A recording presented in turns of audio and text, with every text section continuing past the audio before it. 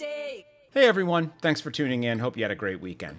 Starting September 27th, Zoom is going to be making some changes to paid Zoom accounts. Now, if you're a free Zoom user, passcodes are already required for setting up meetings. You don't have a personal meeting ID, but if you're using a paid account, the pro account or anything up from there, you have the ability to set up meetings without a passcode. But starting September 27th, that will no longer be an option. Essentially what Zoom is doing, and this is what this article details, is that you will be required to use a passcode for any meeting, regardless of whether you're using your personal meeting ID or a randomly generated meeting ID. And if you don't use a passcode, then the waiting room will be turned on automatically, and that's not something that you'll be able to disable. So essentially, participants in your Zoom meeting will not be able to get in unless they have a passcode or you admit them from the waiting room. Now, for me, when I use Zoom to teach, I always use a passcode. I never use my personal meeting ID, and I always use the waiting room.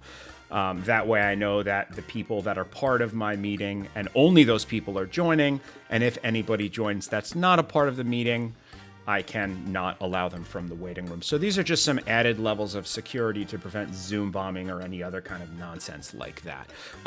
So the other thing that I noticed is that Zoom is going to be changing their vernacular slightly about passwords. So normally when you set up a meeting in Zoom, you can check off the box that says create a password for this meeting. They're now changing that to passcode as not to confuse the password to log into Zoom and the passcode used to enter the meeting. And that's what's detailed right here.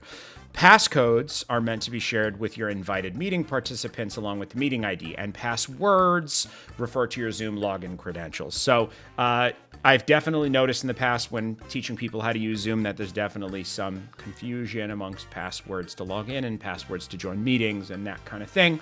So in an effort to make that a little bit more clear, two different words: password to log into your Zoom account, passcode to enter a Zoom meeting. So I recommend enabling the waiting room and playing with that if you haven't used it now, so that when September 27th comes around, you're not forced to use the waiting room and have no idea how it works. It's actually really cool. I recommend you turn it on and use it anyway. And I do recommend as a whole to require passcodes for your meetings, just to make sure that people that don't belong there aren't joining. So I'll include a link to this support article in the description. And that's all I've got for you today. Thanks so much for tuning in. As always, hit that subscribe button.